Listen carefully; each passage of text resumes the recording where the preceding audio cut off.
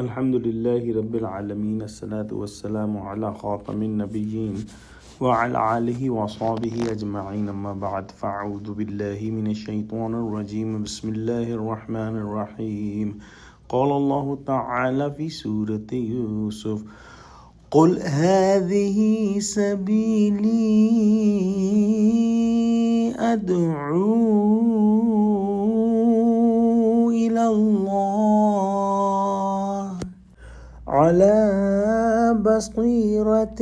أنا ومن اتبعني وسبحان الله وما أنا من المشرکین۔ ترجمہ، کہہ دو میرا رستہ تو یہ ہے کہ میں خدا کی طرف بلاتا ہوں از روئے یقین و برہان، سمجھ بوجھ کر میں بھی لوگوں کو خدا کی طرف بلاتا ہوں اور میرے پیرو بھی، اور خدا پاک ہے اور میں شرک کرنے والوں میں سے نہیں ہوں۔ پچھلی آیتوں کے اندر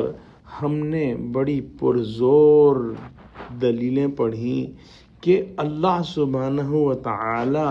کے ساتھ کسی کو شرک کرنا انسان کی فطرت کے خلاف ہے۔ اگر انسان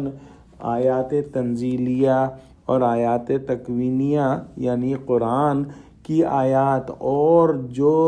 یونیورس کی آیات ہیں، جو کائنات کی آیات ہیں، نشانیاں ہیں، اس پر غور کرے تو وہ اللہ سبحانہ و تعالی کی معرفت حاصل کرتا ہے اور وہ بے اختیار کیا اٹھے گا کہ سبحان اللہ، کہ اللہ ہر احتیاج سے پاک ہے، ہر کمی سے پاک ہے، ہر نقص سے پاک ہے، اعلیٰ و عرفہ ہے اور اس کو کسی چیز کی ضرورت نہیں اور وہ قادر مطلق ہے۔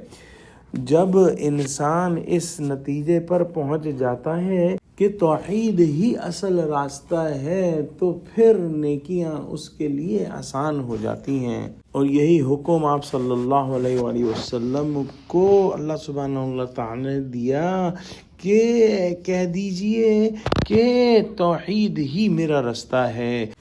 یعنی میرا رستہ یہ ہی خالص توحید کا رستہ ہے۔ میں تمام دنیا کو دعوت دیتا ہوں کہ سب خیالات اور وہموں کو چھوڑ کر ایک خدا کی طرف آئیں، اس کی توحید، اس کی صفات و کمالات اور اس کے احکام وغیرہ کی صحیح معرفت صحیح راستے سے حاصل کریں، اور یہ توحید کے بغیر ممکن نہیں۔ میں اور میرے ساتھی اس سیدھے رستے پر حجت و برہان اور بصیرت و وجدان کی روشنی میں چل رہے ہیں۔ خدا نے مجھ کو ایک نور دیا جس سے سب ہمراہیوں کے دماغ بھی روشن ہوئے۔ یہاں کسی کی اندھی تقلید نہیں، خالص توحید کا چلنے والا ہر قدم پر اپنے باطن میں معرفت اور بصیرت کی خاص روشنی اور عبودیت محضہ کی خاص لذت محسوس کر کے بے ساختہ پکار اٹھتا ہے کہ سبحان اللہ وما انا من المشرکین، کہ بے شک سب تعریفیں اللہ ہی کی ہیں، اللہ ہی پاک ہے اور میں شرک کرنے والوں میں سے نہیں۔ جیسا کہ بیان ہوا کہ اس نتیجے تک پہنچنے کے لیے صرف اور صرف صدق دل سے، سچے دل سے آیات قرآنیہ اور آیات